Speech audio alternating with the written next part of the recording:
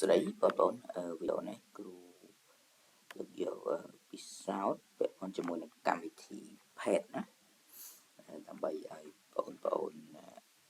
មើលទាំងអស់គ្នាពាក់ព័ន្ធជាមួយនឹងយើងប្រើកម្លាំងមានទិសដៅផ្ទុយហើយនឹងទិសដៅស្របណាជាពិសោធន៍បានផ្ទុយហើយនឹងស្របកន្លែងនេះគឺយើងបង្ហាញពីផលបូកកម្លាំងណាកន្លែងនេះយើងបង្ហាញពីតម្លៃ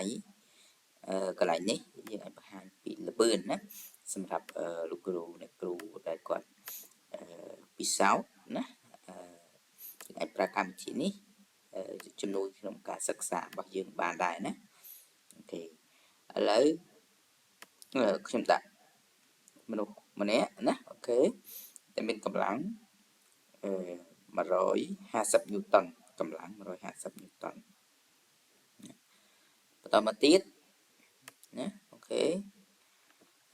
មនុស្សម្នាក់ទៀតហ្នឹងគឺមានកម្លាំងតែ50 ញូតុនទេណា50 ញូតុននៅពេលដែលយើងឲ្យណាអូខេគាត់ទាញមានន័យថាប្រកាសជាមកខាងតម្លៃ150 ញូតុនហើយត្រូវទេមកខាងឆ្វេងហ្នឹងណាមកខាងឆ្វេងឃើញទេមកខាងឆ្វេងណាហើយសួរតែកម្លាំងសរុបនៅពេលដែលយើងគូតាំងកម្លាំងសរុបណាគូមិនកម្លាំងយើងគូតាំងកម្លាំងសរុប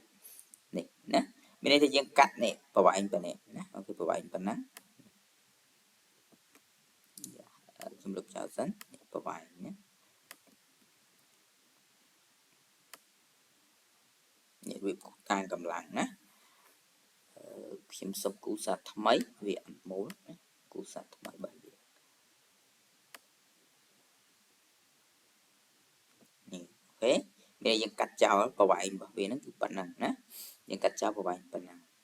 នេះកាត់ត្រឹមនេះមក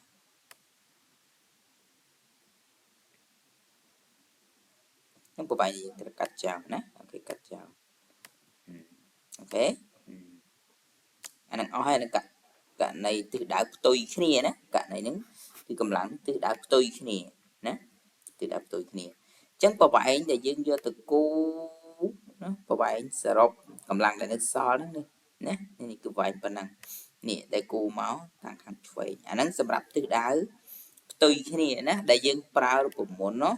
ពីវីដេអូមុនដែលគ្រូប្រាប់រូបមន្តសម្រាប់ទិសដៅផ្ទុយគ្នាយើងយកអីគេF2 ដល់ F1 យើងដាក់ជាតម្លៃដាច់ខាតណាអូខេតម្លៃដាច់ខាតហ្នឹងនេះតម្លៃដាច់ខាតរបស់យើងហ្នឹង F2 ដល់ F1 និយាយទៅយើងយក F2 ដល់ F1 រហូតយើងអត់ខ្វល់ធំតូចទេមានន័យថាយើងដាក់តម្លៃដាច់ខាតទៅកុំឲ្យពិបាកកន្លែងហ្នឹងណាអូខេនេះហ្នឹងតោះណាឧបមាថាគ្រូតាំងមកនេះជា F2 ត្រូវទេនឹង F2 ធំជាងណាដល់ពេលមកខាងនេះជាអីគេ F1 ត្រូវទេកន្លែងជា F1 របស់យើងណានឹងជា F1 នេះ F1 របស់យើងណាឃើញទេយើងយកដកទៅណាឥឡូវករណីគ្រូដូរវិញម្ដងណាករណីគ្រូដូរវិញម្ដងណា F1 មកខាងស្ដាប់ F2 ទៅខាងឆ្វេងអញ្ចឹងយើងដកណាឥឡូវគ្រូដូរវិញម្ដងណាដូរវិញម្ដងនេះ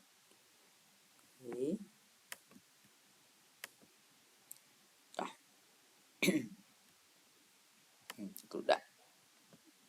ឡើង200ណាអូខេឡើង200ណាអញ្ចឹងខាងនេះយើងសរុបចូលគ្នាកម្លាំងពីរហ្នឹងវាឡើងអានេះ50អានេះ150វាឡើង200ឃើញទេឡើង200ណាឡើង200តោះអញ្ចឹងទៅពេលដែលយើងគូររូបតាំងរបស់យើងណាអូខេវាចេញទៅណាទៅមើលចេញទៅខាងណាអូខេមកខាងស្ដាំវិញណានេះពីរនាក់ដែលយើងសរុបចូលគ្នាគឺ200ណា200ហើយយើងកាត់ចោលប្រវែងរបស់វាហ្នឹងគឺកាត់ចោល150ណា150ឧបមាថាយើងកាត់ចោលរបស់យើងហ្នឹងគឺប្រវែង150របស់យើងនេះយើងយកមកវាស់នេះប្រវែងប៉ុណ្ណឹងណានេះហើយយកមកវាស់ប៉ុណ្ណេះមកណាអូខេនេះត្រូវកាត់ចោលអូខេនេះចាស់នេះប្រវែងយើងត្រូវកាត់ចោលវានៅសល់អ្វែងណាតាំងសល់អ្វែងឃើញនៅពេលដែលរទេះហ្នឹងណាវាផ្លាស់ទីគឺផ្លាស់ទីតាមអាធំអញ្ចឹងនេះយើងកាត់ចោលប្រវែងនេះត្រូវអត់ហើយប្រវែងដែលយើងគូនេះប្រវែងយើងគូនេះត្រូវទេនេះរបស់ដែលយើងកាត់ចោលសល់នេះនឹងរបស់យើងសល់តើណាអញ្ចឹងមានន័យថាខ hơi nhưng đặt lại để kha tới bờ bờ đỏ tới với chân lại đỏ này FP một hàng này rồi FP một hàng này nhé FP một hàng này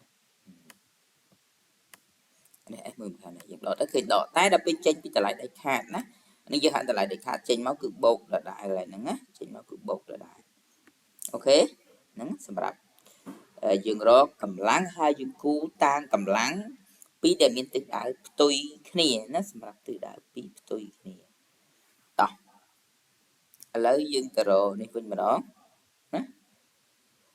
dương tờ rô từ đại đôi kia mà đó nè từ đại đôi kia nhịp số 10 này xin lúc mà click nhé cho record nè ok bạn record đấy nè cho lúc click ok tỏ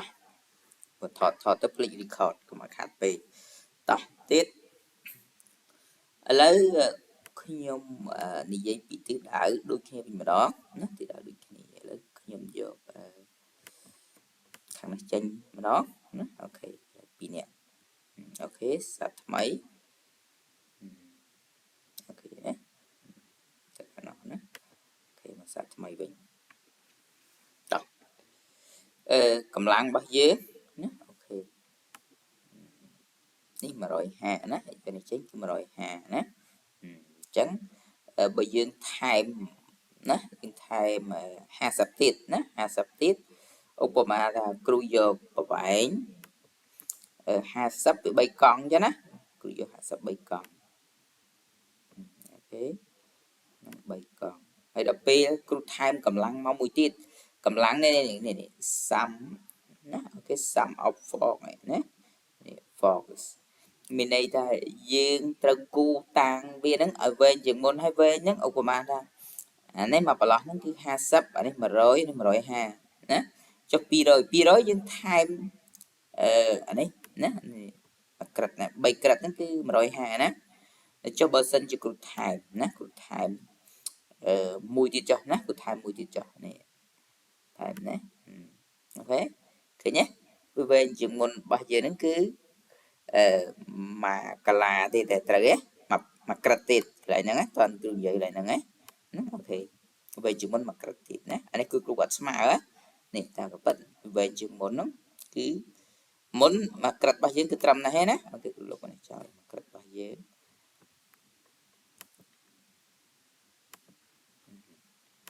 krat bao nhiêu cứ trăm này